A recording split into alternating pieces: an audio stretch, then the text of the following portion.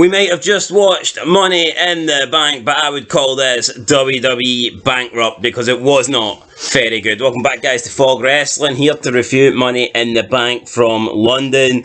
And I just did not enjoy this show from start to finish. It wasn't very good. Probably, it's hard to think off the top of my head, but I would probably say the worst pay-per-view of the year so far. I'm thinking it's up there. I don't see why it wouldn't be up there. I definitely preferred Backlash. I can't really remember what other pay-per-views we've had, but... No, the Puerto Rico one's probably the best pay-per-view of the year. That was Backlash, wasn't it? That's what I'm saying. Yeah, but no, this one wasn't very good. Just, yeah. To be honest, I didn't really come into it with much hype. And it did not really deliver. Like, when the best thing about it is Cena talking about a potential Mania in London. It isn't even going to happen.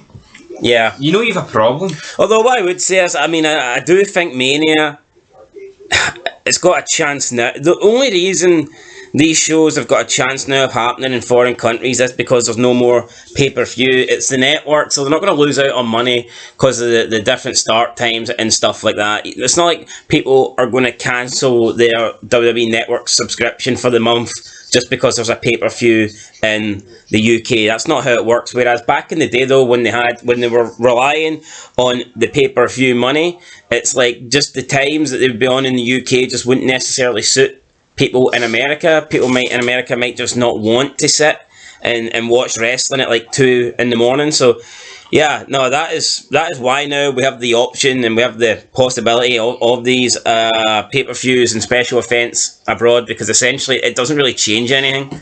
There's nothing really. They ain't losing it. They're losing nothing. Yeah, we've seen in recent years though. Clash at the Castle. This one, Puerto Rico. They did one in Canada. I'm sure we'll go to Australia. They did the Saudi shows. They did that super show down in Australia not so long ago, and it's all in the last 5 years. So I think it's inevitable. See, when I actually think about it though, when I'm thinking about when the network came in, and I'm trying to think when wrestling actually got really bad, I don't think switching to the $9.99 I don't think that the network platform and that sort of like subscription thing helped WWE. I think it has kind of went downhill since then. Anyway, we opened up with the first night. Mania 30. Oh. Absolute disaster the network was.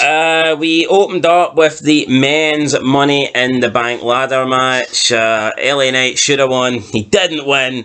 It was a very botchy match, and in the end, Damian Priest won. I don't mind Priest, but I just think LA Knight should have won. Yep, I feel like Logan Paul gave us all in this match. A lot of botches, a lot of jobbers, and it's just LA Knight has to win. What?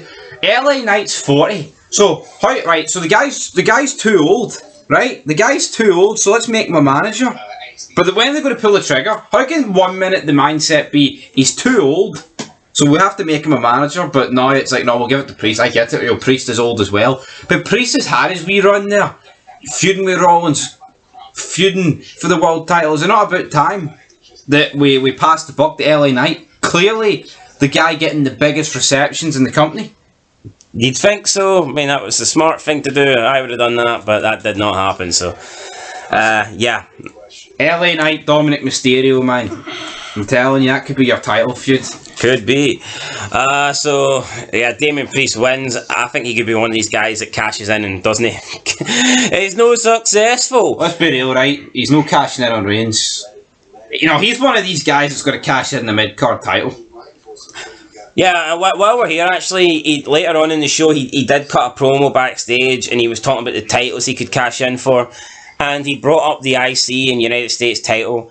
Like, why are we going back to that route? I thought the only way they'd done that, I thought that thing with Theory was a one-off, and if they should pretend that never even happened. Yeah, but now they're having Damian Priest bring up the possibility. How does that just devalue?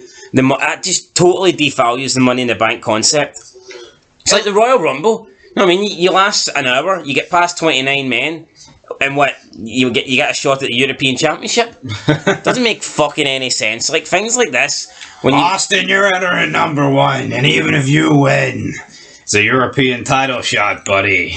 So, yeah, no, that to me is fucking retarded. the fact that Damien Priest is considering challenging for a US or Intercontinental blows my mind. Blows my mind. You know the worst thing about it is, it's like him and Theory held those belts. Surely they want fucking something better. Yeah, Theory literally had the US title like a couple months before he re-challenged it. He lost it. At least there's somebody like Butch one. He's a fucking bum. If he wants to go for the US title, then alright. I don't want him. I recognise that guy. It's Kofi Kingston. Up, down. Anyway, yeah, what happened next? What match was next? We had Shayna Baszler and Ronda Rousey taking on Raquel Rodriguez and Liv Morgan. Yeah, so Raquel Rodriguez and Liv Morgan are the new champions. Shayna turns on Ronda. One big mess. Last week they won the Undisputed Tag Team Championships, and now Shayna is turning on Ronda. Like, literally, what is the point? Why not just let Alba Fire and Isla Dawn win the match if you're going to have her turn on them? It doesn't make a lot of sense to me, but whatever. We've got new tag team champions. I don't really care about any of these teams, so I don't care about the women's division in general, but they don't need a tag team division. But of course, they need to have one because the men have got one, and we got to have equality. That's definitely no Kofi Kingston. It's expressions, mate. Expressions is in the press conference. Then we my problem is, right, why are we setting up a feud between Ronda Rousey and Shayna Baszler? One, Shayna Baszler's a fucking jobber. See, in terms of a main event scene for women, she's mid-card at best right now. Ronda Rousey, her stock is the lowest it's ever been. What's this feud building to? This will not even get a fucking spot on a pay-per-view. Nope. So what's the point? What is the point? Yeah, so up next we had Cody Rhodes versus Dominic Mysterio. Yep, that's what we had, definitely. Just wasn't very good. Dragged on again. Why couldn't like Cody starts off strong? Dominic, it looks like he could have won, then Cody beats him. But no, let's drag the arse out of it. 20 minute match, and Rhea Ripley didn't really get involved. It was just Cody Rhodes doing moves to him. Like, what is there to care about here? It felt weird to me. It's like he's in the middle of a feud with Brock Lesnar, but because Brock's not going to London, he has to enter a mini feud with Dominic Mysterio. I didn't really see the point in this match, but whatever, it happened. Cody Rhodes won. Then we got Cena. Cena makes his return. We got Gunther. Oh god, Gunther beat fucking... Gunther taking on Matt Riddle. The ring is sacred, my man. Nah, well, the ring's only sacred when it's Gunther in it, because when it's the other two members of the Imperium, they lose 24-7. Anyway, Gunther beats Riddle. Nobody was shocked. Just makes him tap out rather easily. And then Drew McIntyre comes out and he basically takes out Gunther, and he's got his eyes set on the Intercontinental Championship. So yeah, Drew McIntyre obviously isn't caring about world titles anymore. He wants to get a mid-card title, so fair enough. Then we got the return of John Cena. Cena comes out, basically kisses the crowd's ass, which is all Cena really does these days.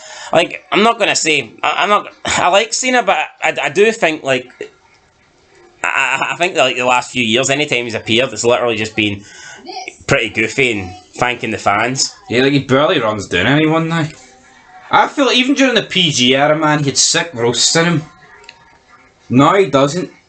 What does he do? And I feel when he was in the build-up to that Austin Theory match, I know you can argue that he roasted Theory, but that promo felt off to me.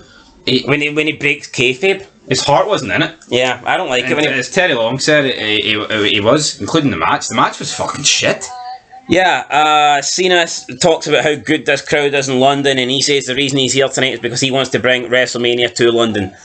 Bit weird, bit random. Why would he give a fuck if WrestleMania's in London or not? But whatever. No, it's weird though. He's hyper up the fact the crowd's so loud, but then it's like, Cena, you've openly admitted that we haven't been here for like 20 odd years, and that essentially rules you out of even being at the last fucking pay-per-view here. But yeah, he's bigging up how great the crowd is. Wait, one off. Yeah, Grace Waller comes out, bashes the UK, bashes London, says that WrestleMania should be in Australia. Crowd are calling him a wanker. He says, trust me, I don't need to. Cena, I think I got a cheap pop for Cena because he was just kind of standing there, not knowing how to reply or what to say. Grayson Waller can talk. I like Grayson Waller. I mean, you look at Grayson Waller on LA Knight, they're guys that are comfortable in the ring. They're guys that look like they could be stars. And they've got the size, they've just got the look. You can talk. Then you look at guys like Ricochet and Butch, and you're like, fuck me, what happened? Why are these guys the fan favourites?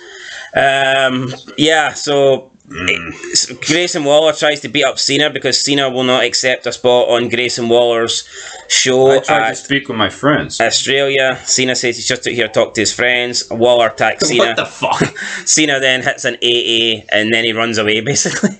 Runs up the ramp. There you go, John Cena. Then we move on to the women's Money in the Bank match. Io Sky wins the briefcase. There was a cool spot where she handcuffed Bayley and Becky Lynch, but it was better than the men's. So it was less botchy, apart from the poor spot where Bayley is supposed to have the handcuffs in her mouth, but they clearly were not in her mouth, and she's acting like she's been dragged by the mouth, but she's the handcuffs. I don't get why they just couldn't have put the handcuffs in her mouth. Yeah, but yeah, Io Sky wins. We'll see what happens. Probably wouldn't be surprised if she loses the briefcase to Bayley. But then we move on to the world title match. At this stage, I forgot there was a world title. Was that bad? We didn't even make a fid on it? Yeah, Seth Rollins beats Finn Balor. Damien Priest came out at ringside at one point with his briefcase. Did he slightly distract Finn Balor? He did. I'm like falling asleep here and it's only 11 o'clock. What's happening? No, he's probably going to cash in, and Balor's going to cost him, and that's going to be like the split up of the Judgment Day. That's something like that's going to happen. Who cares? It's time for your main event. The match fucking sucked between Balor and Rollins, man. Yeah, I mean, we bashed the Young Bucks, we bashed the lack of selling AEW, but God, I feel like WWE's main event scene and the Usos and Roman Reigns, I feel like they're very guilty of this. It's just like spamming the signature moves: spear, Superman punch, super kick, Superman punch. At least when you had that last man standing against Brock, you've like different elements. F5 to him. Well, that was great. That match was really ring great. Getting flipped. I mean, we've never seen that before. I feel like a lot of these Usos Roman Reigns matches are becoming the same now. Yeah, I didn't think it was good. They were literally, like I say, just spamming the finishers and all that stuff. So, in the end, though, Soul Score gets taken out. He gets put through the announce table. Jey Uso kicked out of a spear, and in the process, he low-blowed Reigns, and then I guess the Usos double-teamed Reigns and hit the double super kick. Then Jey Uso flew off the top rope, hit the splash, and then he got the pin 1, 2, 3, and that's it. Baron Corbin was the last man to pin Roman Reigns, and now it's Jey Uso. And I feel like if they were going to do this match, then why didn't they try and just keep the tag team titles on the Usos? If they were going to have this massive Civil War match, it's like, I feel like without any belts on the line, it does feel a bit flat. I don't know why a tag team match with no belts on the line is taking precedent over a world title match or a Money in the Bank match that can get you a title match. I just feel like when Reigns stacked them up, I felt like that was it. But now with this result, you just feel like this is going to go on for like another 6 months. I don't see the end in sight for this. Yeah, so I don't know if one of the Usos is going to dethrone Roman Reigns. I don't know if it's going to be Solo Sikoa. But it would not surprise me going into next year's Mania if the Bloodline and the Usos are still feuding to some degree. Well, that would be a long feud. I don't hope. So what's the match at SummerSlam? Fatal 4-way? Oh, I think actually, yeah, that's a good idea. Either that, though? In the Motor City. And either that, or they'll just maybe they'll do Jay versus. Maybe they'll have both Usos get a chance 1-on-1 against Reigns or whatever. Well, aye, but what was it? Triple H said there could be an old stipulation coming back for SummerSlam. 3 stages of hell, 3 stages of Us. 3 stages of Us. Who would be stage number 1, Jimmy? Because he's fucking shite. You could argue that this Roman Reigns thing's went on so long. It's like, who did they even give the rub to? Who did they put over? It's crazy. No, but wrestling's that dead. I don't know is whoever beats Reigns, are they guaranteed to get a fucking good rub? Not too sure, but see the fact that he's had the belt. See the fact that he's had the championship so long and he was unbeaten for so long. I think he should have just got beat when he lost the belt. Yep. I don't know. No, I agree. But they're going to play. I guess they're going to play into the fact that he got beat tonight. This proves that he's a bit vulnerable and he's not unbeatable. The Undertaker losing the streak in a fucking tag team match. Yeah, it wouldn't be that good in my opinion. Anyway, guys, I didn't think the pay-per-view was that good. I'll give it a 2 out of 10. Didn't do much for me. I think a 2 is quite high, so I'll give it a 1. 1.5 out of 10. You don't have an issue with a 2 is too high. 1.5 out of 10, guys. That's what we think of WWE in 2023. Let me know what you think, though, in the comments down below, and we'll catch you in the next one. Till then, peace.